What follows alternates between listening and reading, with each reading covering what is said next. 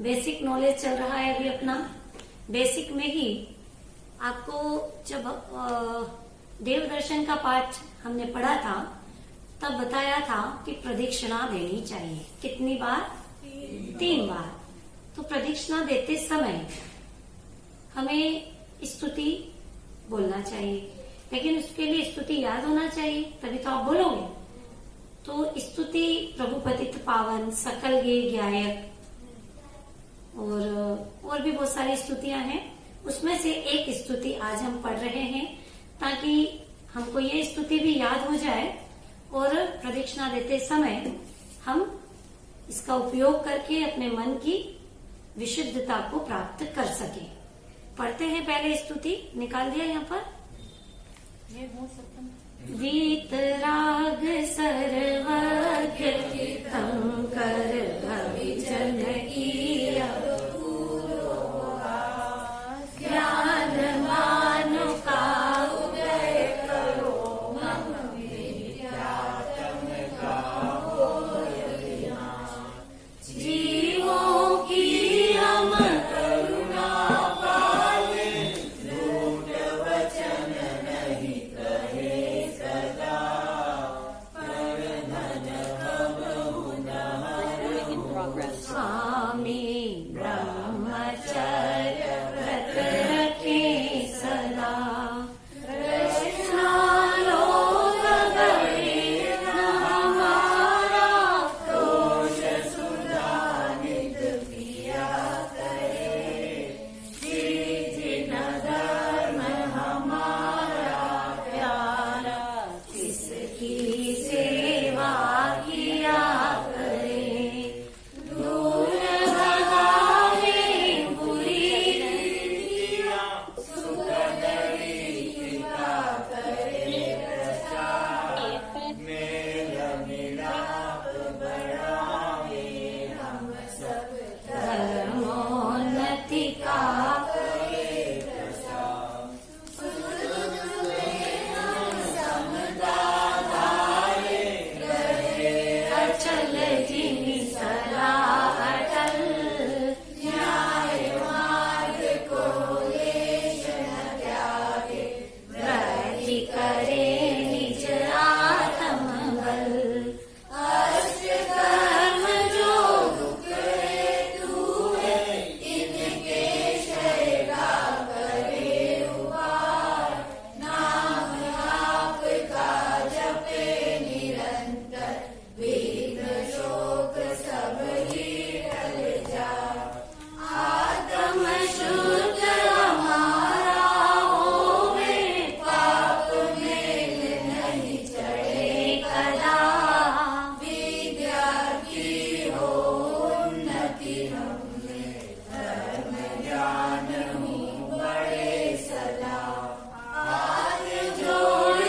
कर शीश नवाए तुमको भविजन खड़े खड़े यह सब पूरो आस हमारी चरण शरण में आन लगे। बहुत सुंदर। पढ़ने से ही हमको कितनी शांति और आनंद का अनुभव हो रहा है। स्तुति है देव की, सच्चे देव की स्तुति है।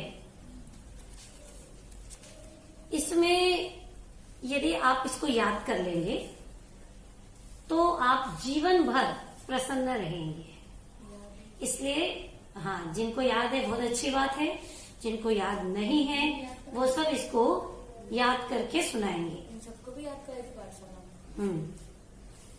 तो किसकी स्तुति है इसमें? सच्चे देव की स्तुति है। इसके अर्थ को हम पढ़ते हैं।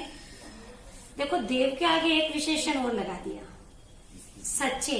विधि सच्चे और झूठे 2 तरह के देव हैं।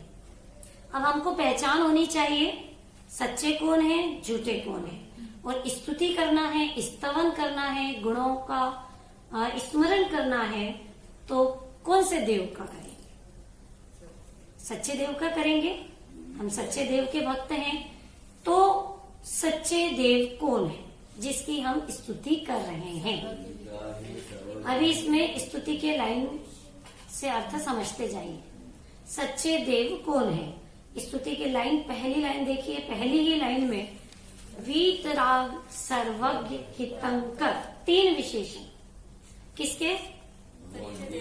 सच्चे देव के। भगवान कैसे होते हैं? आप कैसे पहचानोगे कि ये जीव भगवान है?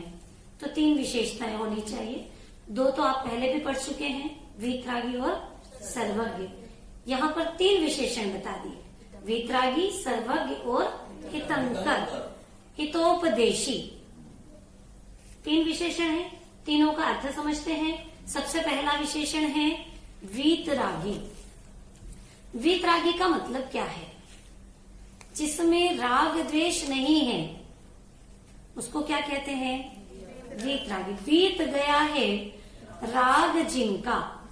अब राग के साथ और क्या क्या लेंगे? द्वेष, मोह, कषाय, संपूर्ण विकार। जिनके संपूर्ण विकार नष्ट हो गए हैं वो वीतरागी हैं। और जब विकार नष्ट हुए तो प्रकट क्या हुआ? शुद्ध भाव।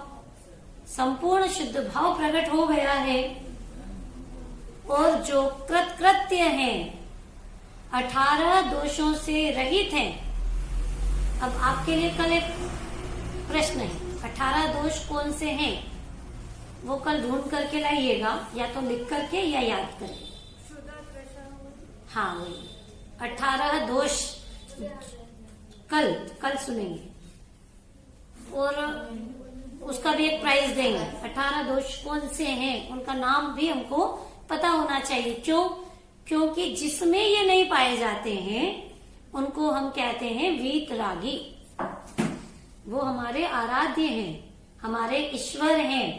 तो हो गया वीतरागी, जो राग द्वेष से रहित हो सकता है कोई जीव ऐसा भी है ऐसे जीव हैं जो कि किसी से भी राग भी नहीं करते, किसी से द्वेष नहीं करते, पर से पूर्णतया निरपेक्ष रहते हैं। मतलब जगत से प्रभावित, भैया आप बहुत स्तुति कर रहे हो हमारी, तो हम आप पर प्रसन्न हैं, ऐसे प्रभावित नहीं होते। कोई निंदा करे तो उसके प्रति द्वेष भी नहीं करते हैं। तृप्त हैं, शांत हैं, सुखी हैं, ऐसे हैं। वो कौन है? वीतरागी। किसके विशेषण चल रहे हैं? सच्चे देव। दूसरा विशेषण है सर्वज्ञ। बिल्कुल नाम से स्पष्ट है, सर्व प्लस ज्ञ। ज्ञ मतलब जाने, जो सर्व को जाने। सर्व में 3 काल और 3 लोक। 3 काल कौन से? भूत, भविष्य और वर्तमान। तीनों काल को जान ले। भाई आज से 100 भव पहले हम क्या बने थे, अगर हम पूछें तो बता सकें तो जानेंगे, तभी तो बताएंगे। भविष्य हमारा क्या होगा, किसी का भी, वो सबका वो जानते हैं, खुद का भी, दूसरों का भी, सबका। न सिर्फ जीव का, पुद्गल, धर्म, अधर्म, आकाश और काल, सभी का। 3 काल और 3 लोक। बताइए 3 लोक कौन से हैं? बहुत बढ़िया। ऊर्ध्व लोक, ये जहां हम रहते हैं, मध्य लोक, और जो नरक है ना नीचे, वो अधोलोक। तो तीनों लोक, हाँ पाताल लोक भी कह सकते हैं उसको। तो 3 लोक और 3 काल के जितने पदार्थ, संपूर्ण पदार्थों को, मतलब सारे लोक को भी और आलोक को भी एक साथ, बहुत बड़ी विशेषता बता रहे हैं। ऐसा नहीं कि क्रम क्रम से, जैसे अभी हम यहाँ आपको जान रहे हैं, फिर इनको जान रहे हैं, फिर इनको, फिर क्रम क्रम से जानेंगे ना। लेकिन वो कैसे जानेंगे? युग पर, एक साथ। और कितनी देर में? एक समय। बहुत छोटा काल है, सबसे छोटा समझ लीजिए। काल की सबसे छोटी इकाई है एक समय। हम पलक छपकते ना, इसमें तो असंख्यात समय निकल जाते हैं। तो सोचो एक समय कितना छोटा होगा। तो इतने समय में प्रत्यक्ष की परोक्ष, प्रत्यक्ष जानते हैं, उनको क्या कहते हैं? सर्वज्ञ। और सर्वज्ञता जिसमें हो वो है सच्चे देव। सर्वज्ञ व्यक्तिवाचक शब्द है, सर्वज्ञता गुणवाचक है। ठीक है, दो विशेषण आ गए समझ में। अब तीसरा, वीतराग सर्वज्ञ हितंकर। हित प्लस कर, जो हित को करने वाले हों उनको कहते हैं हितंकर, मतलब जो कल्याण के करने वाले हों। देखो बच्चे अपना कल्याण किसमें समझते हैं? खेल कूद में, मोबाइल चलाने में, किसमें समझते हैं बच्चे? घूमने फिरने में, और किसमें? क्या? हाँ, कैरियर बनाने में। बहुत बढ़िया। मतलब बच्चे किसमें समझते हैं, लेकिन माँ बाप क्या कहते हैं? भाई पढ़ाई करो, क्या कर क्या लो, ये तुम्हारा इसमें हित नहीं है खेलने कूदने में, ऐसे करके वो मना करते हैं। बच्चे सोचते हैं कि देर से सोएंगे, देर से उठेंगे, ज्यादा सोएंगे तो मजे आ जाएंगे, कल्याण होगा हमारा। लेकिन ये उनकी गलत फहमी रहती है, वो नहीं समझते। बड़े तो समझते हैं ना, तो बड़े क्या करते हैं? बड़े उनको मना करते हैं। तो बड़े किसमें अपना भला समझते हैं? गाड़ी हो, बंगला हो, साता साता हो बस। हाँ, सब साता साता हो हमारे पास, उसमें क्या समझते हैं? भला भला समझते हैं। लेकिन ये भी उनकी गलत फहमी है। हाँ, परिवार में शांति हो, समाज में शांति हो, इसमें भला समझते हैं। तो ये भी उनकी गलत फहमी है। भला किसमें है? आत्मा का, आत्मा में शांति उत्पन्न हो, आत्मा का आनंद प्राप्त हो। आत्मा तो शांति से भरा हुआ है पूरा। बहुत बढ़िया, आत्मा शांति से भरा हुआ है। इसको जानने में, इसको मानने में जीव का भला है। नाम तो समझ में आए, आत्मा है क्या, कौन है आत्मा? वो नहीं आत्मा जो कहते हैं आत्मा भटकती है, भूत प्रेत वाली आत्मा की बात नहीं कर रहे। इस देह के अंदर जो ज्ञानानंद स्वभावी आत्मा है उसकी बात कर रहे हैं। वो है आत्मा का कल्याण, उसमें है आत्मा का कल्याण। तो जो आत्मा के कल्याण का सच्चा और अच्छा उपदेश देते हैं उसको कहते हैं हितोपदेश। हित का उपदेश दे, जिससे आत्मा का क्या हो जाए? सच्चा कल्याण हो, झूठा नहीं, थोड़ी देर का नहीं, शाश्वत कल्याण हो, ऐसी दशा प्राप्त हो जाए, उसका जो उपदेश देते हैं उनको कहते हैं हितोपदेशी। तो 3 लक्षण समझ में आ गए देव के। कभी भी धोखा मत खाना। जो ये तत्व ज्ञान समझ रहा है वो कभी भी धोखा नहीं खाएगा। ये तो देव है साहब, इनको पूछ लो, तो आप देख लेना कि उनमें 3 लक्षण है कि नहीं है। कौन से 3 लक्षण?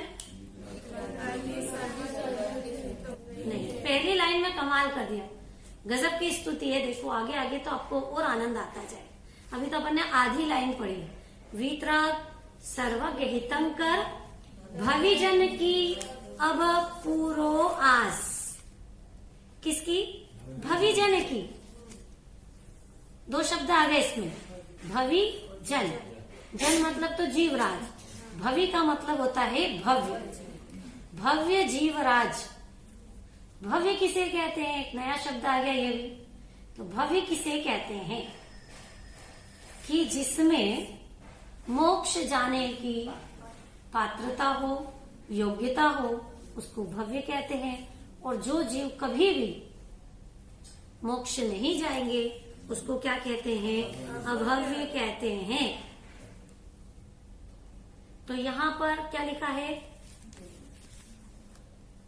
भव्य जीव प्रार्थना कर रहे हैं, स्तुति कर रहे हैं। किससे कर रहे हैं? वीतरागी सर्वज्ञ हितोपदेशी भगवान से प्रार्थना करते हैं। कौन? भव्य जीव। क्या प्रार्थना करते हैं? भक्तजन कि सबसे पहले तो ज्ञान भानु का उदय करो, मम मिथ्यात्म का होय विनाश। 2 बातें कर दी, उदय करने की और नाश करने की। किसका उदय कर ले? ज्ञान रूपी सूर्य। सूर्य उदय होता है ना सुबह रोज, तो हमारे अंदर भी सूर्य का उदय होना चाहिए। क्यों? कौन सा सूर्य? ज्ञान रूपी। ज्ञान मतलब यहाँ पर सम्यक ज्ञान। देखो, जो ज्ञान, श्रीमद जी ने एक वाक्य लिखा है कि जो ज्ञान अनादि से भव हेतु हो रहा था, भव को बढ़ा रहा था जो ज्ञान, अब वो ज्ञान कैसा हो जाए? भव से निवृत्ति को करने वाला हो जाए, भव का अभाव करने वाला हो जाए। कौन? एक ही ज्ञान है, वो ज्ञान मिथ्या ज्ञान हो तो कष्टकारी है, और सम्यक ज्ञान हो तो सुखकारी है। इसलिए क्या भावना कर रहे हैं कि मेरे अंदर सम्यक ज्ञान का उदय हो जाए। देखो, अभी आपको कहा कि भाई स्तुति याद कर लो, ये पढ़ लो, ये कर लो, है ना, ज्ञान बढ़ाओ। लेकिन इस ज्ञान को बढ़ाने को कहते हैं क्षयोपशम ज्ञान। ऐसा ज्ञान तो हमने अनंत बार कर लिया, शास्त्रों का ज्ञान, लेकिन भव की निवृत्ति तो हुई नहीं। तो कौन सा ज्ञान करें? सम्यक ज्ञान, भावश्रुत ज्ञान, मतलब ऐसा ज्ञान हो कि जिसके साथ आनंद भी उत्पन्न हो, और वो भी कैसा आनंद? अतीन्द्रिय आनंद। अगर अतीन्द्रिय आनंद उत्पन्न हो तो समझ लेना वो ज्ञान कैसा है? सच्चा है, और आपको मोक्ष मार्ग में ले जा रहा है। अच्छा, क्यों करें भाई सच्चे ज्ञान का उदय? क्योंकि आगे वाली लाइन में क्या लिखा है? मिथ्यात्म का होय विनाश। मिथ्यात्व रूपी तम मतलब अंधकार का नाश हो जाए। सूर्य का उदय होगा तो अंधकार रहेगा? ऐसा रहता होगा कभी कि थोड़ी थोड़ी जगह तो उजाला करेंगे, सूर्य ऐसा कहे कभी, और थोड़ी जगह तो हम अंधकार ही रखेंगे। ऐसा करता है कभी? पूरी जगह उजाला ही उजाला, कहीं भी चले जाओ आप, सूर्य उदय हो गया तो उजाला हो जाए। हाँ, ठीक इसी प्रकार से मेरे अंदर अगर ज्ञान सूर्य का उदय होगा तो मेरे अंदर का अंधकार, जीव का अंधकार, ये बाहर का अंधकार जीव का अंधकार नहीं, अंदर में भी, आत्मा में भी एक अंधकार है जिसका नाम है मिथ्यात्व। अंधकार का नाम है ये मिथ्यात्व। इसका क्या हो जाए? नाश हो जाए। क्यों? क्योंकि सम्यक दर्शन प्रकट होगा, सम्यक ज्ञान प्रकट होगा, तो मिथ्या ज्ञान और मिथ्या दर्शन नष्ट हो जाएंगे। एक लाइन आपने सुनी होगी, एक समय की कमाई अनंत काल खाएगो। ऐसी कोई कमाई होगी? सम्यक दर्शन की ऐसी कमाई, ऐसी सामर्थ्य है इसमें कि इसके होते से ही ऐसा चमत्कार हो जाता है। क्या क्या चमत्कार हो जाता है? आश्रव बंध का नाश, संवर निर्जरा की उत्पत्ति, और क्रम क्रम से मोक्ष की प्राप्ति। मतलब मिथ्यात्व का अंधकार दूर होते ही मोक्ष का दरवाजा क्या हो जाता है? खुल जाता है, और नरक निगोद का द्वार बंद हो जाता है। हुआ कि नहीं कमाल, चमत्कार?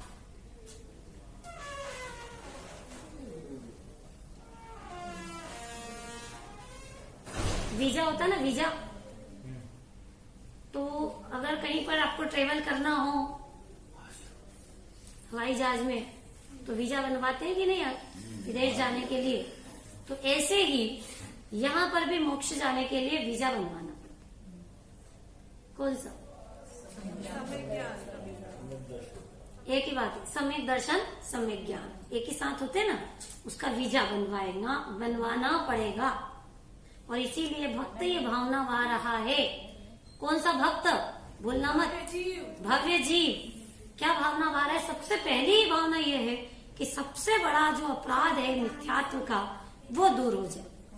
अब भाई ये मिथ्यात्व कौन सी चिड़िया का नाम है जिसको हम दूर करें? हाँ, उल्टी मान्यता, विपरीत विचार, थिंकिंग विपरीत होना। कैसी विपरीत होना?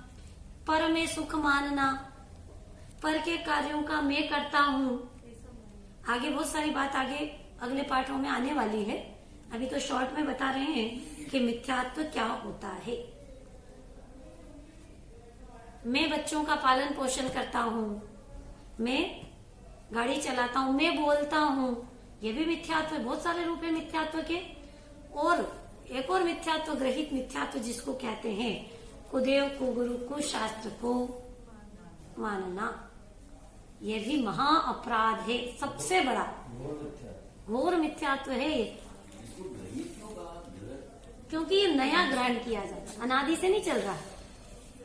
इसी युग का इसी जन्म में आकर के जिसको नया ग्रहण कर लिया हो, ऐसा यह मिथ्यात्व है। तो ये इसको क्या नाम दिया यहाँ पर? अंधकार। ये अंधकार मेरा दूर हो जाए। आगे बढ़ते हैं, 2 लाइन हो गई, तीसरी लाइन।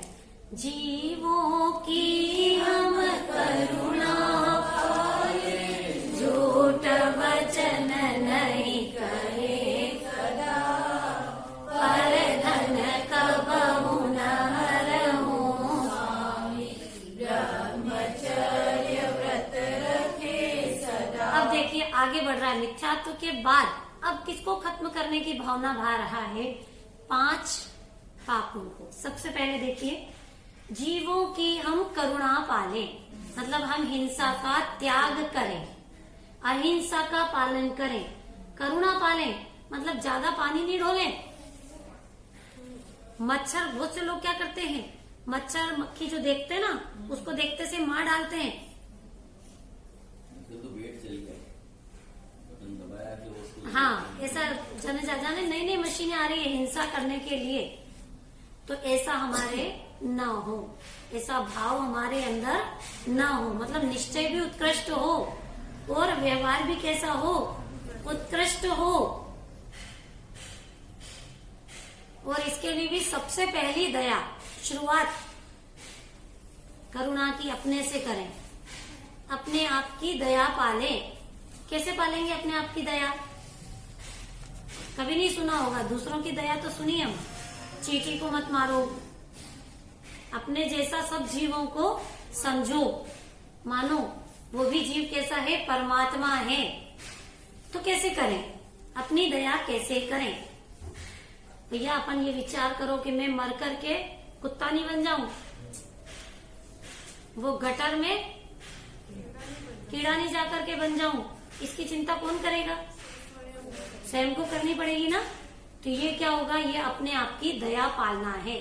अपना घात हम न करें, मतलब मिथ्यात्व से, पापों से अपनी आनंद का, शांति का घात होता है, तो वो न हो। मतलब हम अपने स्वरूप को क्या कर लें? पहचान लें, स्वभाव की महिमा लाएं। ये पहली बात हो गई। फिर दूसरी बात, परिवार में, परिवार में भी करुणा का पालन करें। ऐसा नहीं हो कि भैया कोई बीमार है और हम उसकी सेवा ही नहीं कर रहे, भैया हम तो जा रहे हैं, हमको तो बहुत काम है, कि भाई उसको दवा देना हो तो दवा दो, डॉक्टर के यहाँ ले जाओ। मतलब जो भी आप उसकी सेवा कर सकते हो, उस पर भी घर के लोगों के प्रति भी क्या करो? करुणा का भाव रखो। सासू है तो बहू के प्रति, बहू है तो क्यों? क्योंकि सासू बहू नहीं है, वो जीवराज है। भैया ऐसी ऐसी बातें होती है ना, कभी आपने देखा हो या सुना हो, कसाई खाना कैसे जीवों को मार डाला, मतलब दिल दहल जाता है। तो ऐसा कार्य हमारे जीवन में कभी भी न हो। अरे हम तो पानी भी छान के क्यों पीते हैं? जीवों पर हम करुणा पालें। रात्रि भोजन नहीं करते, क्यों? जीवों पर हम करुणा पालें। देखो आज हम मनुष्य हैं, लेकिन देर नहीं लगती गति बदल जाने में। मान लो कि अगर हम मच्छर बन गए तो अगर कोई हमको मारेगा तो हमको अच्छा लगेगा क्या? तो अगर हम उनको मारते हैं, जीवों को सताते हैं, तो उनको कैसा लगेगा? इसलिए हमको ध्यान रखना चाहिए। इसलिए हम भावना भा रहे हैं। यहाँ पर क्या भावना भा रहे हैं? मेरी प्रवृत्ति पापों में न जावे, मैं हिंसा न करूं और झूठ ना बोलूं। देखो क्या लाइन लिखिए, झूठ वचन नहीं कहें कदा। छोटी छोटी बातों पर बिना कारण भी हम झूठ बोल जाते हैं। कुछ नहीं मिलता उससे, झूठ बोलने से मिलता नहीं है एक बार। और अगर हमारी कोई गलती हो गई हो तो हम स्वीकार कर लें, स्पष्टवादी बने, बता दें। क्यों? क्योंकि गलती अगर हम छिपाएंगे तो उससे कोई समाधान नहीं मिलेगा, बल्कि एक झूठ को छिपाएंगे ना तो और झूठ बोलते चले जाएंगे और फंसते चले जाएंगे हम। और अगर सच बोल दिया तो समाधान मिल जाएगा, समस्या से घिरेंगे नहीं हम।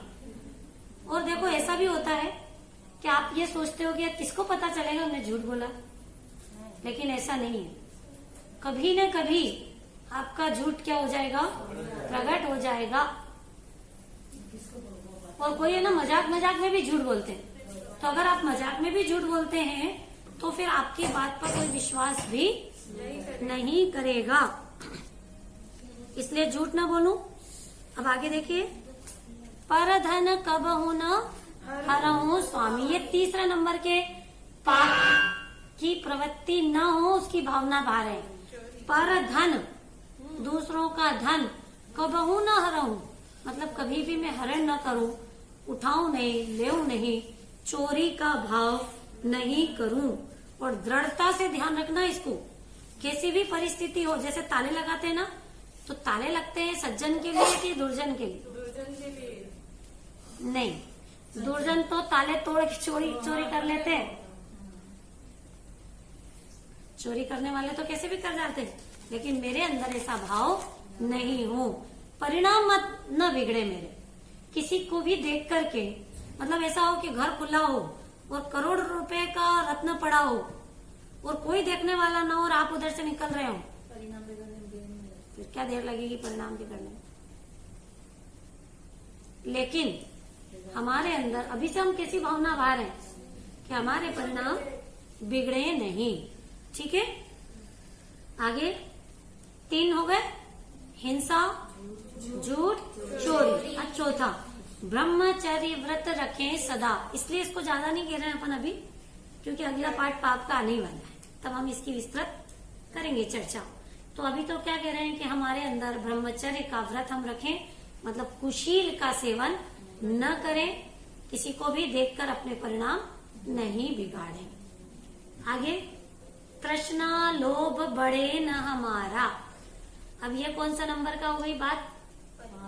5वां पाप, परिग्रह। मतलब परिग्रह न हम बढ़ाएं। न बढ़ाए का मतलब हमारे अंदर संतोष का भाव रखें। क्या ना करें?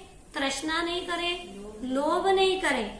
क्यों? क्योंकि जितनी आप तृष्णा करोगे ना, तो उससे आपके अंदर ही आकुल व्याकुल परिणाम होंगे। मिलेगा कितना? जितना बदला होगा भाग्य में, जितना भाग्य में होगा उतना मिलेगा।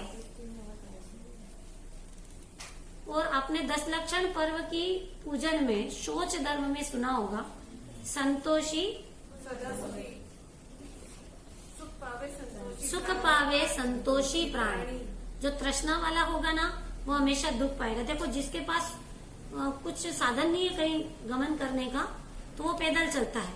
और वो किसको देखता है? अरे साइकिल मिल जाए तो अच्छा। अब जैसे ही साइकिल मिली, स्कूटी मिल जाए तो अच्छा, फिर स्कूटी भी मिल गई, कार मिल जाए तो अच्छा, और कार भी मिल गई। कार भी कई तरह की है, अब इससे भी अच्छी मिल जाए, इससे भी अच्छी मिल जाए। अरे मतलब क्या होगा? तृष्णा कभी भी पूरी नहीं होगी।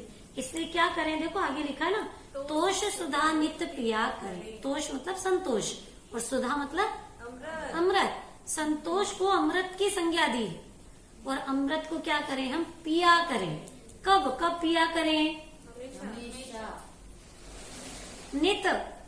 नित्य हम संतोष रूपी अमृत को पी लें। देखो, एक व्यक्ति था, वो बड़ी शांति से रहता था, बहुत शांति से रहता था, और आराम कर रहा था एकदम पेड़ के ठंडी छांव के नीचे। इतने में दूसरा आया, क्या तुम ऐसे बैठे हुए हो, पड़े हुए हो यहाँ पर, भी कुछ काम करो, कुछ कमाई करो। तो उसने कहा अच्छा, उससे क्या होगा? धन मिल जाएगा। फिर क्या होगा? कि धन मिलेगा, फिर तुम अच्छे अच्छे मकान, बंगला, कपड़े वैभव की सामग्री, भोगों की सामग्री खरीद सकते हो। अच्छा, फिर क्या होगा? फिर तुम कोई अच्छी सी लड़की को देखकर शादी कर लेना।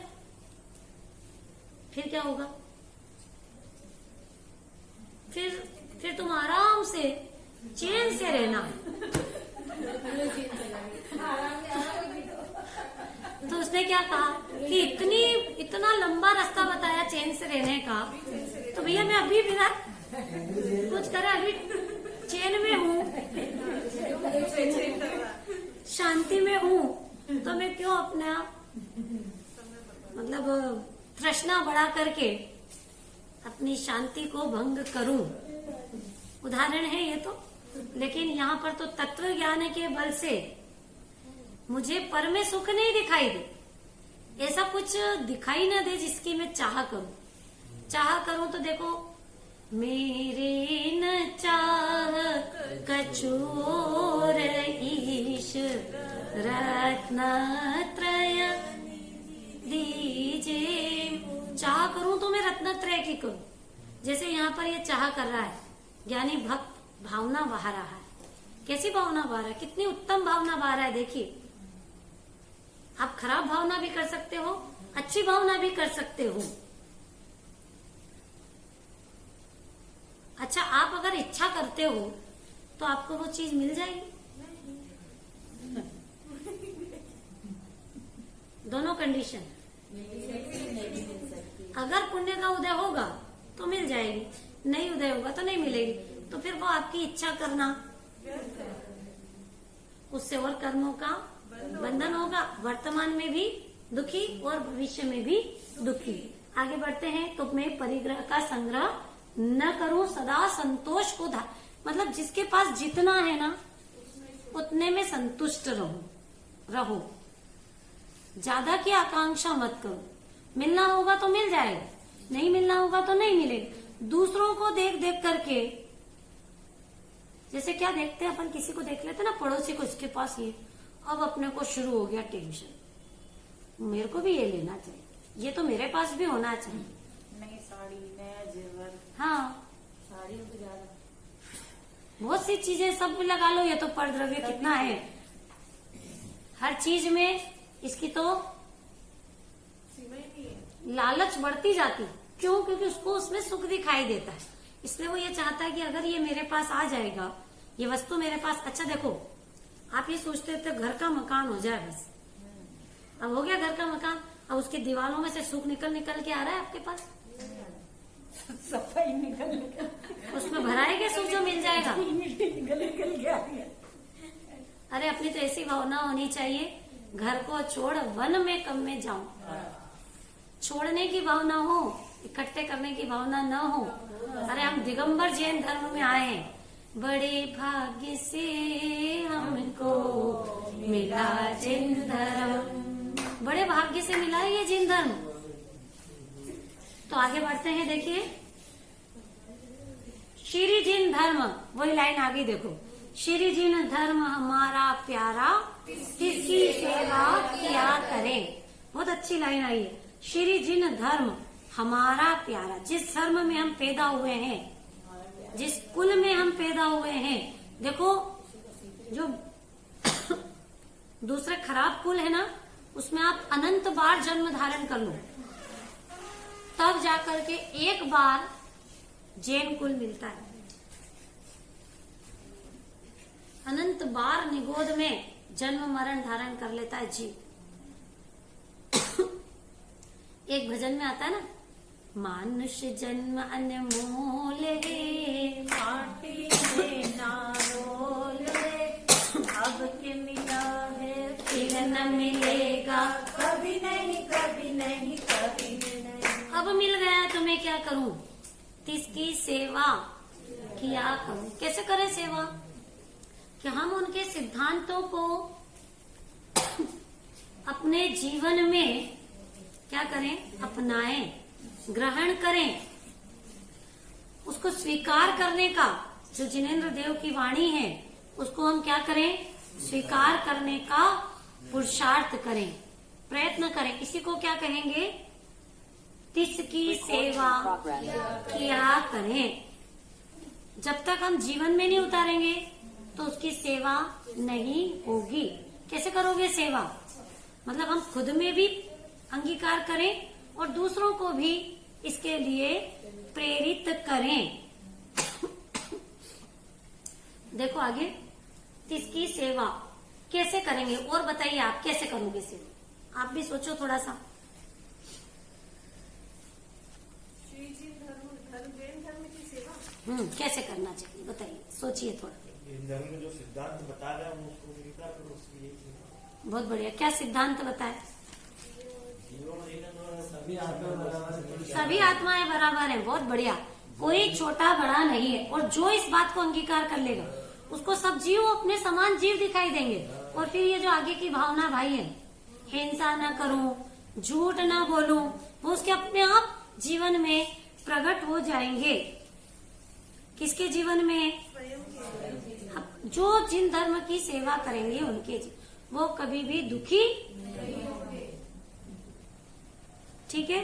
क्यों? क्योंकि जिन धर्म ऐसा है जो जिस प्रकार से कषायों को नष्ट करके जीव को क्या कर देता है?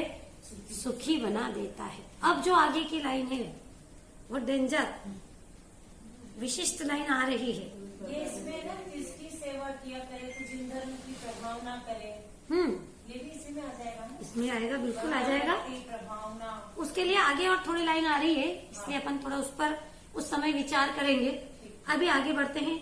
दूर भगावे बुरी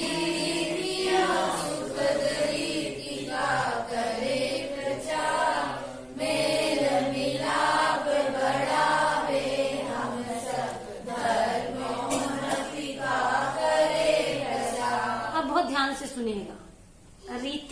रीति का मतलब होता है परंपराएं, जो चली आ रही है वो परंपराएं, पूर्व प्रचलित परंपराएं, पद्धतियां, क्रियाएं, उनको क्या कहते हैं? रीति। ठीक है। अब दो तरह की रीति हो सकती है, बुरी रीति, अच्छी रीति। बुरी रीति भी दो तरह की, अच्छी रीति भी दो तरह की। कौन सी? एक तो सामाजिक और एक धार्मिक। सामाजिक कुरीति, सामाजिक सुरीति, धार्मिक कुरीति और धार्मिक सुरीति। ठीक है। अब इसमें तो क्या भावना भाई है, देखिए, दूर भगावे बुरी रीतियां। तो अपने को पहले ये मालूम होनी चाहिए कि ऐसी कौन सी क्रियाएं हैं, कौन सी परंपराएं चली आ रही हैं जो कि बुरी है, ताकि हम उसको क्या करें? दूर भगावे। अपने जीवन में स्वयं भी वे रीतियां अंगीकार न करें और दूसरों को भी इसके लिए प्रेरित करें कि भैया ये रीति छोड़ो। कौन कौन सी रीति है? देखिए, पहली रीति लौकिक रीति, छुआछूत की है, दहेज प्रथा, सती प्रथा। जो लौकिक महापुरुष हुए हैं जिन्होंने इसका विरोध किया है, इसको दूर करने का प्रयत्न किया है। मृत्यु भोज, मृत्यु पर बांटने की परंपरा, ये भी कुरीति है। बाल विवाह, ये सब कौन सी बुरी रीति तो है? लौकिक वाली बात है, ये लौकिक है। मतलब बुद्धि पूर्वक दृढ़ता से हम इसका निषेध करें, दूर भगावें। हालांकि इससे धर्म का कोई संबंध नहीं है। अब दूसरी बुरी रीति, बुरी मतलब अहितकारी। कौन सी? अहितकारी, अनिष्टकारी, अज्ञानमय, प्रदूषित रीति को कहते हैं कुरीति। और कौन कौन सी हो सकती है? देखिए, भूत प्रेत, व्यंतर, देवी दहाड़ी जो भी है, उनकी पूजा करना, उनको देव के रूप में स्वीकार करना, ये भी क्या कहलाएगी? कुरीति। कहना चाहिए अंधविश्वास जितने भी हैं, ये ताबीज बांध दो, इससे ऐसा हो जाएगा, वैसा हो जाएगा, ये सब कुरीति के अंतर्गत आता है। पूजा भक्ति के नाम पर, धर्म के नाम पर जीवों की हिंसा करना, जैसे जो बलि प्रथा चली है ना, वो हिंसा में धर्म मानना, ये भी क्या है? कुरीति है। राग में धर्म मानना और पंचामृत अभिषेक करना, फूल चढ़ाना, ये कुरीति है। और लौकिक कामना से भगवान की भक्ति करना। कौन सी कामना से? लौकिक कामना से। ये हो जाएगा, मेरा काम हो जाएगा तो मैं ये करूंगा, मैं तीर्थ यात्रा पर चला जाऊंगा। अच्छा, नहीं काम होगा तो नहीं जाओगे? ये कौन सी बात हुई? कोई भी लौकिक कामना से धार्मिक कार्य नहीं करना, भगवान की भक्ति नहीं करना, क्योंकि वो तो अलौकिक हित करने वाले हैं भगवान, और लौकिक तो अपने आप हो ही जाता है। देखा देखी शरीर की क्रिया से स्वयं को धर्मात्मा मानना। अंदर कुछ नहीं है, भाव कुछ नहीं है, भाव शून्य शरीर की क्रिया है, और उससे उसमें अपने को क्या मानना? धर्म हो गया, ऐसा मानना। और बताएं, चांद देखकर भोजन करना भले, लेकिन कुरीति तो है ना ये भी। अरे ऐसे भी लोग हैं जो हिंसा में धर्म मानते हैं, रात को भोजन करते हैं, और वो भी किस नाम पर? धर्म के नाम पर। अच्छा, पति की लंबी उम्र के लिए सुहाग दशमी का व्रत करना, तो ऐसा होता है कि उससे आपके पति की लंबी उम्र हो जाएगी आपके व्रत करने से। आयु का एक समय भी कोई घटा नहीं सकता है, बढ़ा नहीं सकता। जैनियों की करवा चौथ स्वाद दशमी। हाँ नहीं, ये गलत है, कुरीति है ये। इसको नहीं चलने देना चाहिए, आगे नहीं बढ़ने देना चाहिए। ऐसा वो नहीं है अपने। बिल्कुल नहीं है। कुरीति कह रहे ना, अच्छी रीति हो तो बढ़ाओ, और कुरीति हो नहीं नहीं नहीं नहीं, क्या होता है देखो। के रूप में करो ना उसको, जैसे वो स्वादशमी जैसे मोक्ष अग्नि का उपवास करते हैं, उस तरीके से उपवास के रूप में करो ना। पर उस दिन कुछ हो तो पर्पस, काय के लिए कर रहे हो आप? तो भाव फिर यही आएगा ना। करना हो तो आप अष्टमी चतुर्दशी को करो, आप पर्वों के दिन में करो जो धार्मिक पर्व हैं। अरे बहुत सारी बातें हैं इसमें अब, लेकिन अपन तो शॉर्ट में समझ लो कि ये कुरीति है। इसको हम आगे बस भावना भा रहे हैं, दूर भक्त। देखो यहाँ तो बताने का काम है, मानना नहीं मानना ये सब स्वतंत्र है जी। सुगंध दशमी व्रत कथा है, हाँ, तो वो भी कुरीति है क्या? अब जो भी है आप वो समझ लो। यहाँ तो एक बेसिक बता रहे हैं आपको, अब आप उसको कितना लंबा कर सकते हो अपने अंदर सोच। तो जिनवाणी में दूध वगैरह चढ़ाने का तो बिल्कुल निषेध है, पंचामृत का भी निषेध है, बिल्कुल ही, मतलब उसमें तो लिखा हुआ है, तो भी करते हैं फूल चढ़ा। नहीं, फिर कुरीति है ना। यहाँ हम क्या भावना भा रहे हैं, भक्त क्या भावना भा रहा है कि मैं क्या लिखा देखो, दूर भगावे बुरी रीतियां। ना तो मैं बुरी रीति को पालन करूं, फॉलो करूंगा अपने जीवन में, कभी भी दृढ़ता से उसका निषेध करूंगा, और यदि कहीं चल रही होगी तो उसका भी निषेध करूंगा तो सही, वो माने नहीं माने वो अलग बात है। बढ़ावा नहीं देना उसको। भगवान अपन गए दर्शन करने करें और वहाँ मान लो फूल वगैरह चढ़े, तो फिर अपन दर्शन करें उसको। रागी द्वेषी देवों का तो पहले ही निषेध कर दिया है। अपने ही मंदिर में, हाँ, पर जब उसके कलश होते हैं ना, उस समय कर लो आप। नहीं जैसे यात्रा वगैरह जाते हैं ना, जब तो फिर उसका कलश नहीं पहुंच पाए कलश के टाइम। भाई यहाँ पर तो सच्ची बात बता रहे हैं। अब आप खुद निर्णय करो ना थोड़ा बहुत तो, कि क्या करना चाहिए क्या नहीं करना चाहिए। जब कह रहे हैं राग द्वेष, आपको दिया ना अभी होमवर्क 18 दोषों के नाम, तो आप उसमें देखना क्या क्या दोष नहीं होते हैं भगवान में। और यदि आप भगवान को उन दोषों से युक्त मानते हो तो भगवान का अनादर करोगे। तो अपने तो अपन नहीं मान रहे ना, उनको फूल चढ़ाना मान भी रहे अपन, अपने भाव तो अच्छे है, लेकिन अब वो सामने वाला तो चढ़ा के बैठा है तो अपन नहीं, तो वो उसकी जाने, आप क्या कर रहे हो आप तो अपनी जानो। आप अगर केसर जरा सी भी लगी हो तो वितरागता रही नहीं। पूज नहीं सकते हम तो वीतरागी भगवान को मान, देखो अपने जो प्रतिमा है ना, प्रतिमा वो भी वीतरागता का प्रतीक है। जो पाषाण की प्रतिमा होती है ना, जो कारीगर रहता है वो उस पाषाण की प्रतिमा में, उस पाषाण में पहले ही देख लेता है कि इसमें प्रतिमा कहाँ है, और फिर वो छेनी लेकर के जो एक्स्ट्रा तत्व है उसको क्या कर देता है, निकाल देता है। मतलब तोड़ तोड़ करके मूर्ति बनती है, जोड़ जोड़ करके नहीं। खंडित होती ना मूर्ति, वो भी पूजनीय नहीं होती। कोई कहता है कि भैया ये जरा सी खंडित हो गई तो इसको जोड़ लें, नहीं, वो विधान नहीं है। खंडित मूर्ति पूजनीय नहीं है। क्यों? क्योंकि अपने आप जोड़ करके मूर्ति नहीं बनती, तोड़ तोड़ करके बनती है मूर्ति। और इसीलिए आवरण हटाओ। किसका आवरण हटाओ? कि सबसे पहले तो तन से कपड़ों का आवरण हटना भगवान बनने के लिए, और मन से राग द्वेष मोह का आवरण हटाओ, कर्मों का आवरण हटाओ। ये सब आवरण हटाओगे तो अंदर तो है ही भगवान, तो पहले ही बना बनाया है भगवान। वो क्या हो जाएगा? पर्याय में भी प्रकट हो जाएगा। तो मैचिंग हो गया, द्रव्य और पर्याय दोनों में भगवान। लेकिन इसके लिए सबसे पहले भगवान को पहचानो तो सही कि अंदर इस देह में भगवान है। राग द्वेष के बीच में है कि नहीं भगवान? अभी रागद्वेष कर रहा तो भी भगवान तो अंदर है ना विराजमान, तभी तो निकलेगा वो राग द्वेष हटेगा और भगवान पना प्रकट हो जाएगा। तो इस प्रकार से बुरी रीतियों का और क्या क्या बुरी रीतियां हो सकती हैं? कुल देवी को मानना, भाई हमारे तो खानदान में ये कुल देवी को माना जाता है, ऐसा कोई होता नहीं है। और वो करते ना वो बाल मुंडाने के लिए मुंडन, वो भी गलत है।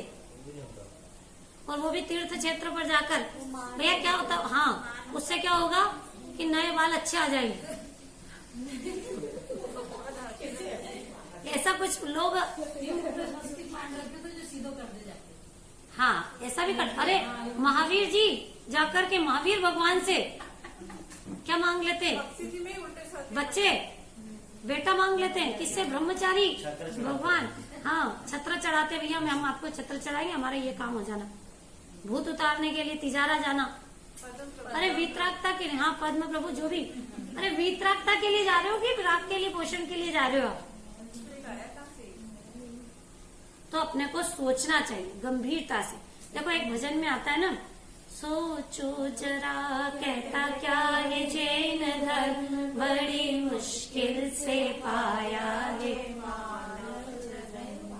कहता क्या है जैन धर्म, इसको क्या करो, सोचो जरा। कलश करते हैं, बोली लगाने लगे। आज से पहले कितने साल पहले कभी बोली लगती थी कि भाई पहला कलश ये करेंगे तो बोली लगाए, मतलब पैसा इकट्ठा करने के लिए हाँ रोज ही करने लगे। तो ये कितनी गलत परंपरा है। अच्छा, एक शांति विधान करते हैं, वो काय के लिए? शांति करने के लिए। और किसकी शांति की? जो चले गए उनकी आत्मा की शांति। तो आप शांति विधान करोगे तो उनकी आत्मा को शांति कैसे हो जाएगी? मान लो वो नरक में गए हैं तो वहाँ शांति हो जाएगी क्या उनको? और स्वर्ग में गए तो वहाँ यहाँ से विधान से उनको कैसे शांति? शांति विधान करना चाहिए अपनी शांति की, अपनी शांति। और ऐसा नहीं है कि उस समय करेंगे, अरे कभी भी करो शांति के लिए। तो 12 दिन में खूब रोए, शांति करो। मतलब अपने को कभी भी धोखे में नहीं रहना चाहिए। कहने का मतलब है कि ग्रहित मिथ्यात्व का पोषण नहीं होना चाहिए। और वो नवग्रह, आप बताओ कि पहले प्राचीन समय में कोई ऐसा तीर्थंकरों को बांट दिया कि ये तीर्थंकर इस ग्रह के लिए, ये तीर्थंकर, नवग्रह चैत्यालय बना दी, जिनालय बना दी। हाँ, कहीं पर भी हो, पर ये इस तरह से, ये ज्यादा पुरानी परंपरा नहीं, ये नई नई शुरू कर दी। सब पैसे का हो गया। बस वही बात है। मतलब आपको दिखे कि ये गलत परंपरा है तो उसको बढ़ावा नहीं देना चाहिए। नवरात्रि, नवरात्रि पे नाच गान गरबे ये होने लगे आजकल। तो ये अपना बिल्कुल नहीं है, ये मनोरंजन के लिए धर्म थोड़ी ना है। हाँ, बहुत बढ़िया बताया इन्होंने, महिलाओं का अभिषेक करना ये भी गलत परंपरा है, बहुत गलत परंपरा है। मतलब 13 पंथी में ये बिल्कुल भी नहीं है ऐसी परंपरा। तो हम तो इसको न तो चलने देंगे और न कभी बढ़ावा देंगे, खुद भी नहीं करेंगे। 10 लक्षण पर्व चल रहे हैं, अब उसमें कवि सम्मेलन, और वो भी लौकिक, धार्मिक नहीं, लौकिक कवि सम्मेलन। क्या क्या अर्थ निकला उसका? धर्म से क्या लेना देना उसका? मतलब अब और आगे बढ़ते हैं। सुखद रीति का करें प्रचार। हम क्या करें? सुखद रीति, पूजन करना, पाठ करना। पाठ तो देखो बच्चों को पहले घर घर में होते थे, तो ऐसे याद हो जाते थे पाठ तो इस परंपरा को बढ़ावा दो ना। पाठ करना, तीर्थ यात्रा करना, विधान करना, कैसे अच्छे अच्छे पाठ है, देखो तो सही आप। आलोचना पाठ है, 12 भावना का पाठ, एक पाठ कर लो आप, मतलब आपके प्रदेश में आनंद व्याप्त हो जाए। इतनी सुंदर भावनाएं भरी हुई। वो जैसे दादी नानी सिखाती तो बच्चों को बाद में वही काम आता है। जैसे हमारा प्रशम, दादी मतलब कि मैं और प्रशम और ज्योत्सना अकेले थे, और दादी की तबीयत खराब हुई तो वो प्रशम नहीं सुनाया सहजन, ये देखो, और किसी को दौड़ी। तो अगर आपने सिखाया होगा, बच्चों को संस्कार दिए होंगे पाठ के, सुखद रीति का आपने अपने अंदर पे फॉलो किया होगा, तो फिर वो बच्चे भी आपकी रीति को देख करके वो भी उसी को आगे बढ़ाएंगे ना। और यदि आपने गलत रीति शुरू कर दी तो आगे तो वो और ज्यादा विषय कषाय के पोषण की बन जाएगी। तो बहुत आप दृढ़ता रखें इसमें कि अपने द्वारा कभी भी गलत बातों का प्रचार ना हो। और पहले आपने देखा होगा महावीर जयंती वगैरह पर गोष्ठियां चलती थी, मतलब शाम के समय बड़े बड़े विद्वानों को बुला करके होती थी कि नहीं चर्चा, वो सब बंद होती चली जा रही, क्योंकि वो एक अच्छी परंपरा थी। हाँ ये भी बात है कि भैया संख्या नहीं तो आप ये कोशिश करो कि उसमें संख्या कैसे, इसका प्रयत्न करो ना भाई। मंदिर में संख्या बढ़ाने के लिए जागरूक करो लोगों को। कैसे जागरूक करें भाई? देखो क्या बोल सकते हो कि वे अभागे हैं जिनको मंदिर होते हुए भी दर्शन करने के भाव नहीं आते। स्वाध्याय चल रहा है मंदिर में और आप क्या सुन रहे हो? पिक्चर के गाने तो सुन रहे हो आप, टीवी में मोबाइल में अपना समय बर्बाद कर रहे हो। उसकी जगह आप उनको प्रेरणा करो ना मंदिर आने की। और आजकल तो कितने कितने साधन हो गए, आप उसका उपयोग धर्म के प्रचार में करो। बेटा बातें लटकाया करे पर कोई मंदिर नहीं आता। हाँ तो वही ना, बातों में समय बर्बाद कर देते हैं। डेली किसी से बोलते हैं, किसी को तो असर भी नहीं होता है, सुनते रह। अभी पहले ही आपको बता दिया इसका असर हो कि ना हो, कोई माने चाहे नहीं माने, हमारे अंदर की भावना यहाँ पर बता रहे हैं। हम सुखद रीति का प्रचार प्रसार करेंगे जितना हमारे अंदर दम है, तन मन धन से हम तो सुखद रीति का प्रचार करेंगे। हमारा व्यवहार जैन धर्म के, जैन आगम के अनुकूल रहेगा, प्रतिकूल नहीं चलेंगे। और भी अभी तो आप देखते जाइए आगे आगे, ये चालू नहीं है क्या? देख लो आगे आगे कैसी कैसी गजब गजब की भक्त की भावनाएं आ रही हैं। अभी तक हमारी कितनी लाइन हो गई देख लीजिए, एक बार पढ़ लेते हैं। धर्मोन्नति का करें प्रसार, यहाँ तक हो गया, मतलब आधा हो गया ये लेसन, आधा लेसन हम